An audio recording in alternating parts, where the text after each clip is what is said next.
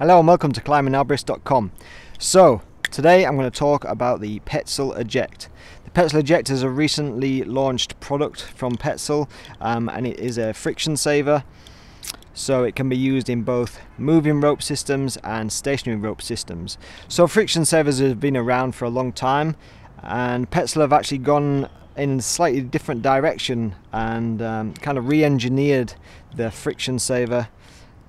And I'm just going to go over installation, usability, retrieval, the differences in this friction saver compared to other ones, and then I'm going to do a bit more in-depth look at the operation and the workings of the Petzl EJECT towards the end. So first of all, the Petzl EJECT, obviously you've got the main body of the unit, you have this webbing strap, and then you have the adjuster. Take the webbing strap, pass that through the union that you're going to use as your tying point. Next, you can either decide to use the adjuster and get it nice and snug and choked off around a stem or a union, or you can just go directly to the unit itself. So in this situation, I'm going to go through the adjuster. Next, to release the anchor arm, you need to slide this to the right and you'll see that arm pop open. So I'm going to feed that through there and then snap that closed, and you'll hear it really snap in and click. The next thing is to use the adjuster, and I'm going to get that nice and snug up against the union, up against the stem there. Next, I'm going to take my rope, and to install the rope you need to push up on that circular bit of aluminium, feed the rope through,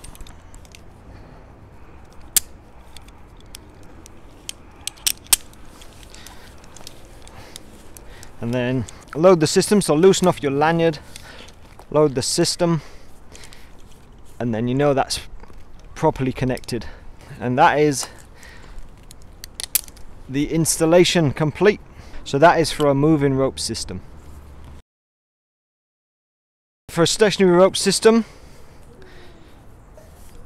we're just going to tie a double figure of 8 in the line on the right hand side as you're looking at the gold face of the unit. So the right hand side.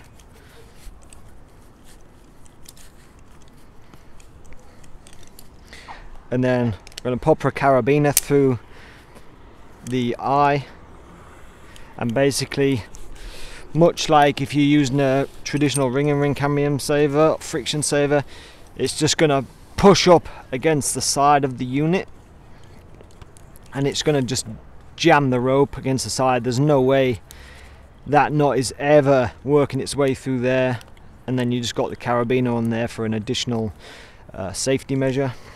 So Petzl approved the double figure of 8 and using the system for a stationary rope system. So that is all being tested by Petzl. That's all approved. So you're good to go with the stationary rope setup.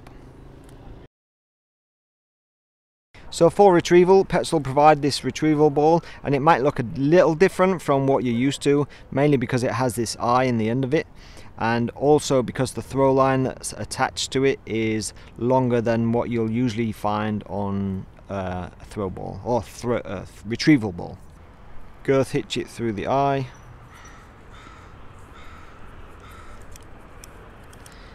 and if you pull down on that, so you'll see that the rope has gone through, which has released this spring and this arm inside all the way back down.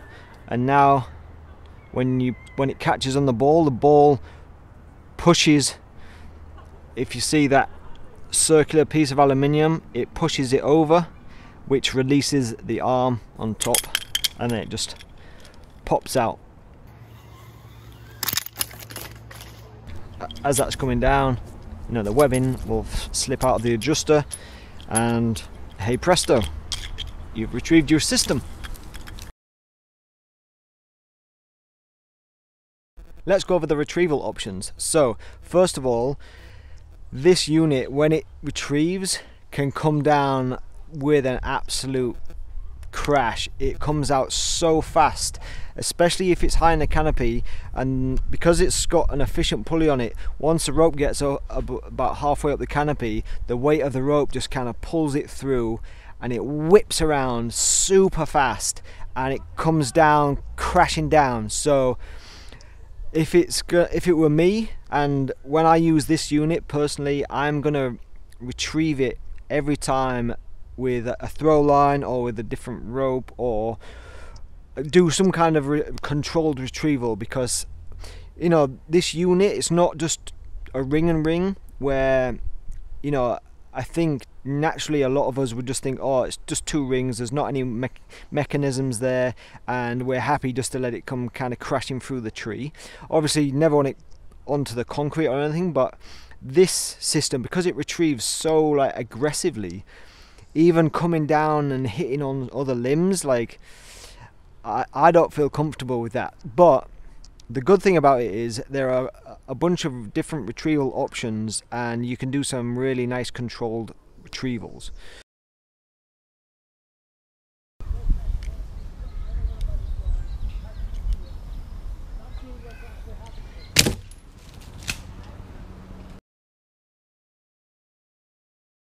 I think you need to get it fairly near the friction saver, because if you go over a low limb, then it's still going to fall all the way down until it catches on the slack of the throw line, and that means it could have already got caught in a fork, it could have smashed off a big limb, anything like that.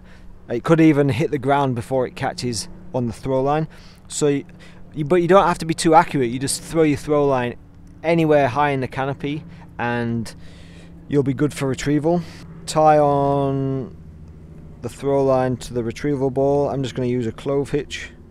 Take the slack out of the throw line as you're pulling up your rope, so keep the slack out of both of them, and then once the Petzl ejects, as it were, you just hold on the throw line, and as you can see there, then you just lower it down. So Petzl have kind of redesigned the friction saver here. This is not like any other friction saver you can buy on the market, and the reason I was looking forward to this so much is because I saw that little throw ball, I saw the little eye in the end, and I realized, you know, that's going to be great for retrieval and like for lowering your system down. And with a unit like this, you do not want this going smashing down onto the concrete below, even smashing down through the canopy. Obviously it's quite bulky, so there's a chance it's going to get caught in tight forks, unions, that kind of thing. So the fact that you can lower your system down using that retrieval ball once this arm releases, like, I thought that was brilliant, and I was really excited about that. The only problem is, if you're climbing moving rope system, you have to throw your throw line all the way high up into the canopy again, just to lower it down, so like to attach that throw ball onto. And if it's not high in the canopy, then this whole system is going to come kind of crashing down, possibly dropping through some tight forks before it catches on the throw line. So it's not ideal, but Petzl have missed a trick here. So you have this webbing strap, and for me it became obvious quite clearly when I realized, you know, the throw line needs to go around the tie-in point that you're anchored to and lower it down from there, but you want that set as soon as you start work, so you don't have to think about it later on in the day. You don't have to throw line back into the tree later on in the day. Some trees are such a pain in the arse to get a line into. Maybe you had to climb all the way up to the top and you couldn't even throw into the tree. So for all those reasons, when you set the system, you need to be able to set the retrieval line. And I thought, well, if you're setting the retrieval line, maybe that could double up as an access line.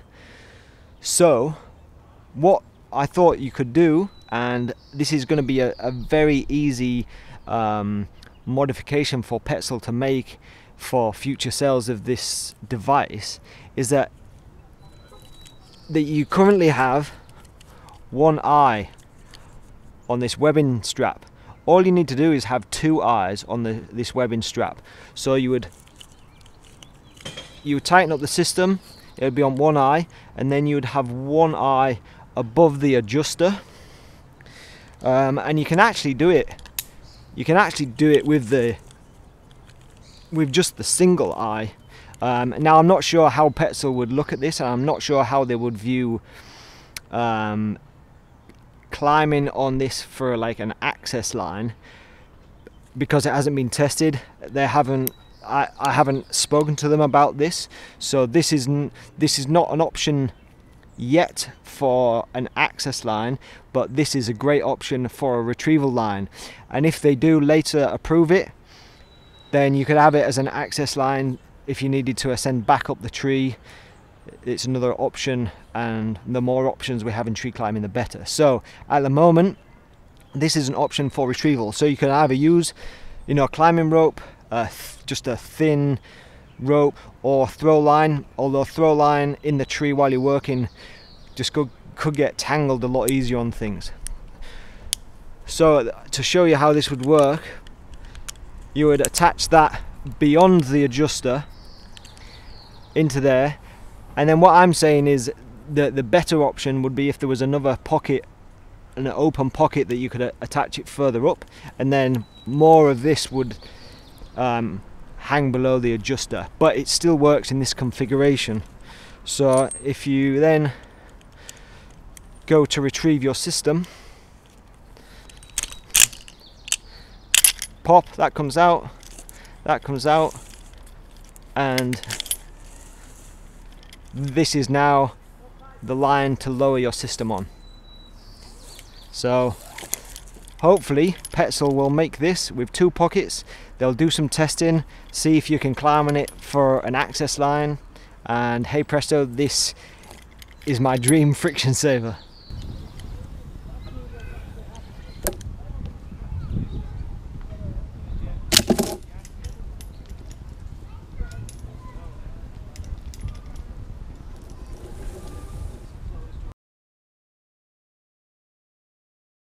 So if you don't have an eye on the end of your rope, you can still retrieve this system. So take the retrieval ball, wrap it once, wrap it twice, working down the rope, and then pass the retrieval ball through that bite, and that's tying similar to a clem heist, although you've only got the 4 wraps, not the 6, which is what a clem heist would be. And now really reef on that to make sure it's biting properly, and you need a good couple of inches, 2-3 inches there before the retrieval ball, so that this will retrieve properly each time and reliably. So then because this retrieves really easily and this pin needs very little force to pop it open, there shouldn't be an issue where you're really having to reef on this and this ends up slipping off. So as long as that you've made sure that's tied and biting properly, the rope will pass through, the pin will drop, and then the ball will pull on that and it'll retrieve nice and easily.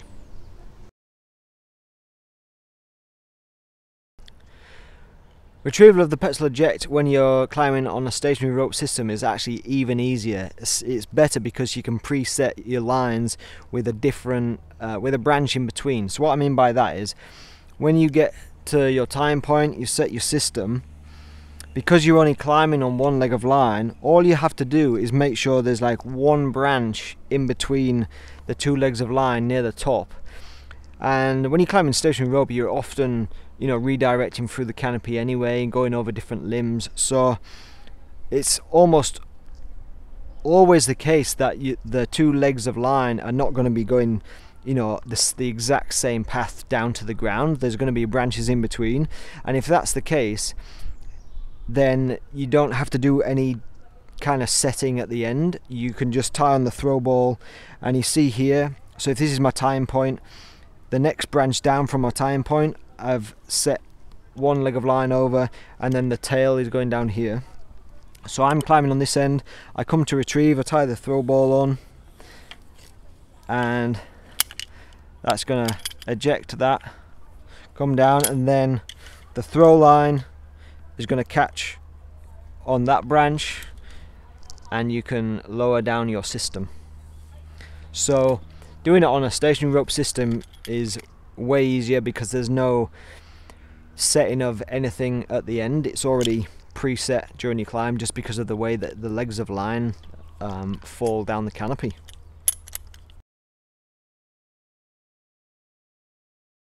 Now I'm going to show you more in detail about how this is designed. So you might think, you know, tree work, if any accident or anything's going to happen to a piece of equipment, tree work is where it's going to happen. Twigs are going to get lodged in it, it's going to get side loaded, it's going to twist and bend. So you'd think that this is my main life support, is this going to somehow just pop open while I'm climbing on it, which we do not want that to happen, because that's going to end in catastrophe. So this central piece here, if this arm is open, that central piece will not push up. You will not be able to get the rope in there with that arm open. Once the arm is closed, you can now lift that spring-loaded lever up, slide the rope in, and connect yourself. Now you'll see the groove down to the bottom right, as you look at it at this kind of gold face, the groove down to the bottom right, that is where this pin has to go to release that arm at the top.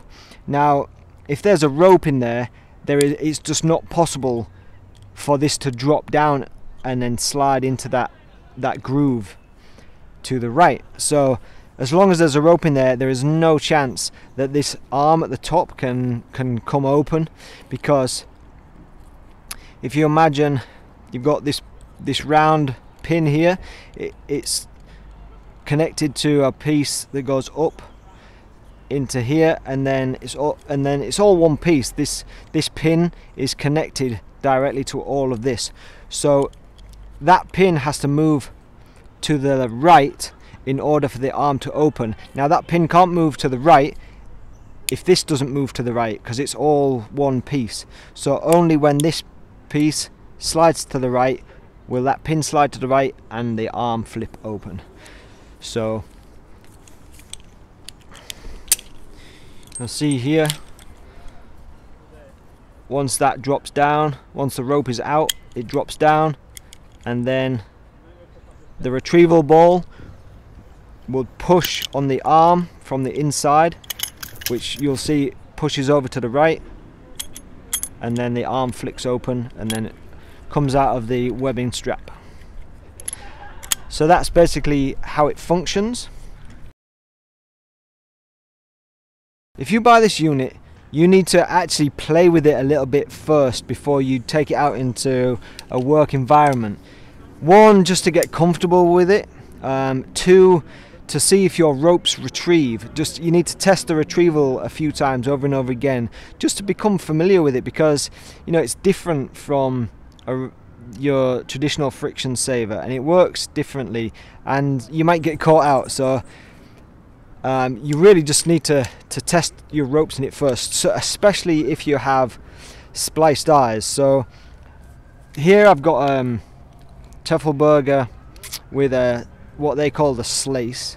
So this will retrieve, this will go through the unit and it will retrieve. The only thing is, where you have this bit of heat shrink and then you have the splice here, the stitching, that really needs a bit of coaxing to get it through. So you have to give it a short, sharp tug to actually get that through the unit, because of, you know, the edges on the heat shrink and the thickness of the stitching there. But the slice does go through. Now if you have a stitched eye like this, that will not go through this unit. It's just too big, fat and bulky to go through the unit, so you cannot use a stitched eye that's like that one. So if you have a rope with a hand spliced eye in it, like this one, you still have that bit of heat shrink, you still have that bulkiness, that stiffness where the splice gets buried, but this one also does go through, so you can get it through, and that's the same as the slice. It needs a short sharp tug, but it will retrieve out of there. But you need to test whatever ropes you have just to ensure that your ropes will retrieve.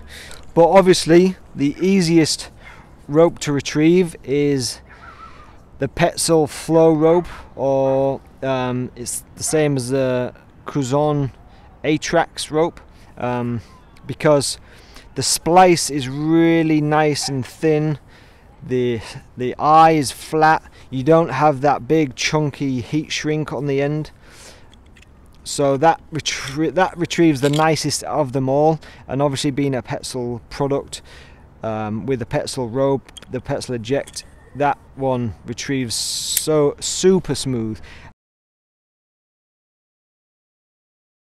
The technical specifications for the Petzl EJECT: it takes 11 to 13 millimeter rope, it has a minimum breaking strength of 25 kilonewtons, and it has a working load limit of 250 kilograms. Now this is only designed for one person load, although it can be used in a rescue situation with two people. So it's not designed for two people working from it in any configuration, or two people hanging from it, apart from it meets standards to do a two-person rescue from this unit. It has ball bearings on a 28mm sheath, high efficiency pulley, so 95% efficiency, so you're only losing a tiny bit to friction. Replaceable webbing, so you can unscrew this piece here and replace this webbing. You can get additional webbing to tie together, you can get longer length webbing, so this is replaceable.